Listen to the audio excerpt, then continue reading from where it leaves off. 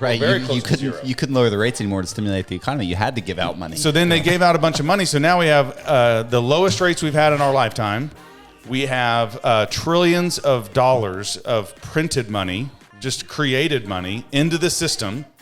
Then you have economy shut down, so people are at home not spending that money or other money. Right. Okay? And so you have all this pent-up demand.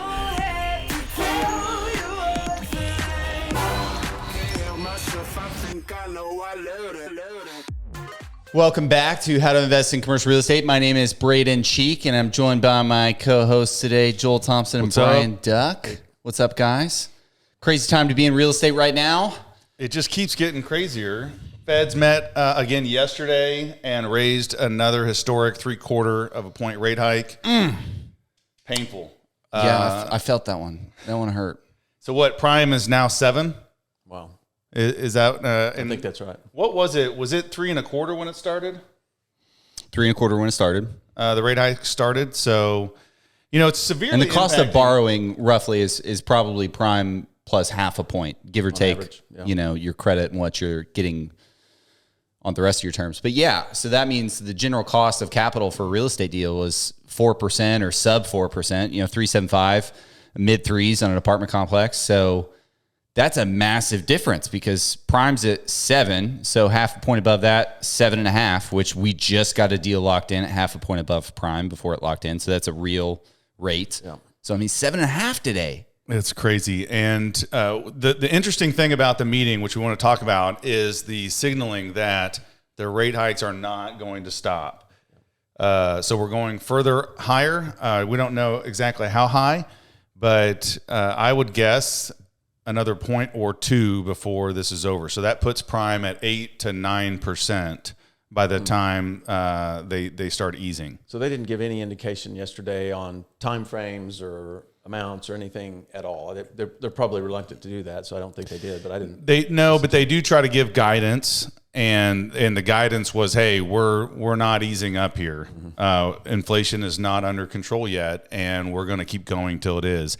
So I was listening to Powell yesterday, and what we want to convey to everybody listening today is he was basically saying, hey, we can't ease up until we get inflation under control, which it's not today. And pause right there. That's the basis of this, right? That's the goal. Inflation is out of control. Month over month inflation, year over year inflation. Year over year inflation is like what, 7% from this time last year, something like that. Month over month is still going up. It's no longer out of control, but it is still unacceptably high. And so he's saying, hey, we're not quitting because I guess they're afraid of it being inflation becoming entrenched in the economy and part of the daily life, and they're not going to allow that to happen. So if anything, it sounds like they want to overshoot on the rate. Yes. And not undershoot. So because they can always start creeping back down when they want to. Yeah, and that's what he articulated yesterday is that the Fed has tools that they've used successfully in the past to stave off inflation or to help in a recession. And so he's like, hey, we're raising it, and we're going to keep raising it until we get inflation under control. And if doing that sends us into a recession, we'll have plenty of interest rate decreases to help monitor that, and then the Feds can. How optimistic of him. Yeah.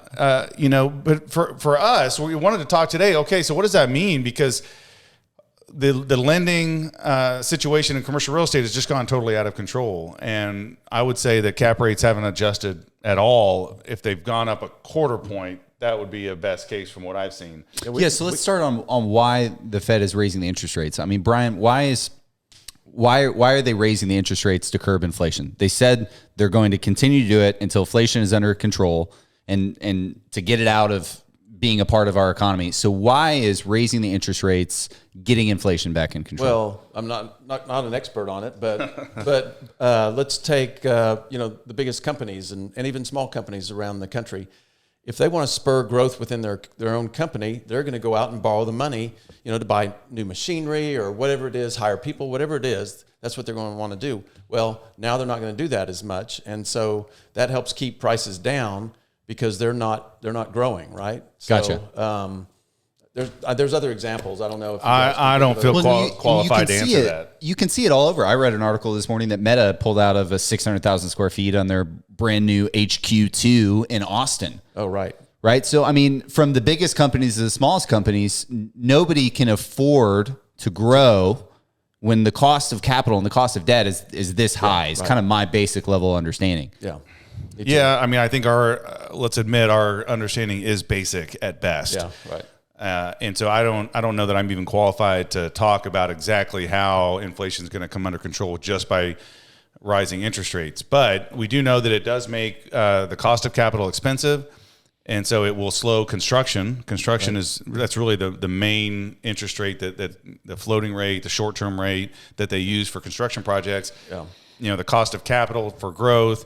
But even the raising of rates and the Fed's saying they're going to be raising rates could also psychologically have companies pulling out of big projects because they think, okay, if we raise these so high, recession is going to follow. We've gone through this 10-year bull cycle run. Oh, right. And so even the psychological nature of it could slow things down enough to help bring inflation back under control. Yeah. Yeah. They're worried they might do all this growth. They may bite the bullet on the higher interest, but then on the other side of it, if it's a recession, If everything slows down, people aren't going to buy whatever their product or service is. So yeah, it really slows it down. I think it's really fascinating, just like the macro aspect of this, because when you were in the middle of COVID in 2020, you heard this term called quantitative easing. And if you had, children or employees or a business or really a bank account and were alive, you notice you got some free money. Everyone got free money, right? The PPP loans, like if you had 20 employees, you probably got hundreds of thousands of dollars and forgive, it's completely forgiven. Yeah. You don't have to pay it back. You could get more. I forget what the loan was called, but you have to pay that one back at like 1% interest a year or something crazy over 30 years. And now when they're raising the interest rates, we're calling that a quantitative tightening period, right? So I find that it's interesting when COVID happens, the economy kind of shuts down and we need to stimulate this growth. It's almost like maybe we stimulated too much growth, right? Is that a good thing to say? With all the free money, because everybody went out and spent it, right? And then all of a sudden supplies are dropping, and so the costs are going up because there's not as much supply out there. But so that double whammy just caused all kinds of havoc with inflation. Well, it almost seems like and again, I'm not an expert. we went too far then, and maybe we're having to go that far now, equally on the other side. Yeah, well, maybe we more. just could have done less easing, so we could have gotten less tightening. Is that a fair statement? I don't know. Who knows? Maybe it would have helped. Maybe just the supply issues would have done it by itself. I don't know. Once again, disclosure: we're not experts at this at all. But we shouldn't have been at near 0% interest rates at the time COVID hit. That was a mistake by both the Fed and the administrations. You could maybe blame Obama, although he was coming out of the recession in 2008 during the Trump years. There's no reason to lower interest rates during those years. The economy was booming, but everybody wants a great economy and everybody wants votes. And so we're doing things that appease voters. And then we flood trillions of dollars into the economy because that's the only thing we had available to us because rates were virtually at zero. Right. You couldn't lower the rates anymore to stimulate the economy. You had to give out money. So then they gave out a bunch of money. So now we have the lowest rates we've had in our lifetime. We have trillions of dollars of printed money, just created money into the system. Yeah. Then you have economy shut down, so people are at home not spending that money or other money. Right. Okay. Yeah. And so you have all this pent up demand. You had factories shutting down, and now you get backlog of goods. So when the economy started back up again, everybody's flush with cash. Mm-hmm. The products took a while to get back online, so that started pushing prices up. Yep. There's so many things that went into building this inflationary tail. And the chatter out there is, it's Biden's fault because it happened during his watch. But there's so many other things over the last 8 years that really got us in a position perfect position to have this runaway inflation. Yeah. And now we're dealing with it. And one of the ways we're dealing with it is just jacking up interest rates as fast as we can do it. So I've got a question. So back to how this affects real estate. I'm not familiar with this because all the deals that I've been in with Precision and all the ones we've done with Criterion, we've always done locked interest rates, right? So, but aren't there probably investors out there, or real estate investors, or whatever that had floating interest rates? Is that possible? And so, what's happening? Obviously, those rates are going up, but what are those people doing at this point? Do you know? Weeping.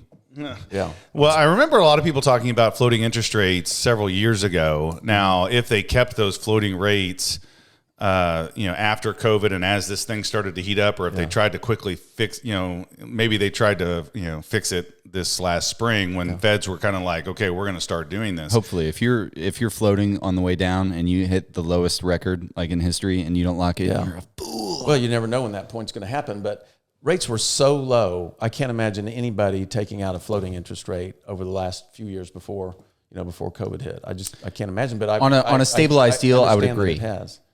On a stabilized deal, I would agree. Yeah, in a construction deal or something else, you may go floating because the bank makes you, right? Yeah, a lot of them are like that. Yeah, they may not let you lock. So now we have the opportunity to forecast how is this thing going to play out, and listening to Powell, I think they're going to overdo the hikes, but then they're going to be quick to reduce rates if and when it causes a recession or some other problem. So you've got to be opportunistic in the market, right? Like in the cycle that you're in, you can't just stop. You have to study this. Yeah. You have to study the cycle, and you have to figure out, okay, how can I make hay with this? How can I seize the opportunity? When rates were going down, when they were so low in 2019, 2020, even the beginning of this year, record low, 3.25%. Maybe your cost of borrowing is 3.75 or 4%. We bought a ton of deals. That's how you take advantage of cheap debt. So for everyone listening now, and we're acting like it's so bad, but what are the opportunities in the cycle right now where debt is so expensive, but yet we all know the world's not going to stop. Transactions are going to be done. So what can we look for? Well, I don't know. I mean, we will slow down in our acquisitions goals for the last part of this year and for next year. I would say, a couple of the new construction development deals we're still pushing through because they take a year and a half, 2 years. Now, I do have to set aside more money for interest. Mm-hmm. My carrying costs are going to be higher during that 18 months, 24 months. But I'm at least optimistic that a year and a half, 2 years from now, rates are going to be headed downward. And so what I think about is, okay, I'm going to build this apartment complex, and my cost of carrying funds is going to be higher, but inflation is still real right now, and rental rates, asking rents are still going up. So that'll help my project on the back end. So if I can just get this thing built, then maybe in 2 years when it's stabilized, I can go ahead and look to lower the debt. Mm-hmm. Now that's some may say that's a little bit of a risky game, but we're already in the development now, so it's hard to kind of put the brakes on it. And to be honest, there'll be less projects getting started because of these higher rates, and so maybe you have less competition when you're finished with new projects coming online. I mean, less competition to sell it, maybe, or because there's less, or less. Let's say less, competition as far as other new apartment complexes because there's just less going to be in the pipeline given the uncertainty in the market. So possibly rental rates could go up. Yes, hopefully. Okay. Yeah, because you're still going to have population growth. You're still going to have growth into new markets and everything like that. I think the longer rates stay high, which I don't really want them to stay high very long, but the longer they stay high, the more opportunities there will be in the long run, because these people that had low rates and the deals barely worked with the low rates are now going to have to refinance, and there's not going to be anywhere to get cheap money. Right. The risk of default is a lot higher. I was going to say that's an opportunity to look out for. Is there's a lot of people that maybe over leverage themselves. Yes. There's maybe a lot of projects that got started that couldn't get completed, or renovations maybe. So I think there's an opportunity to pick up some of those deals. I also think there could be an opportunity for a great asset, and a seller's got to sell. You're dealing with maybe a REIT or a fund that had a specific timeline and they had to sell. Obviously, now is not the best time to sell, but people are always going to have to sell. Somebody's going to die or whatever. So picking up a great asset at a decent price, but a discount considering where debt is, and then just penciling in a refi in a few years, I think there could be several opportunities there. Well, if you're listening, we'd love to hear your thoughts. Comment, let us know what you think about the interest rates. When are they coming down? How high are they going to go? We'd love to hear feedback because obviously we don't know. We have no crystal ball with respect to this stuff. So, Yeah.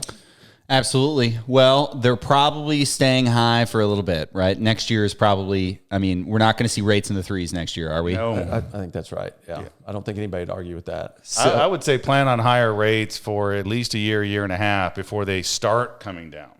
Okay, year and a half. So like before they start next coming down. fall, let's revisit this topic. Yeah.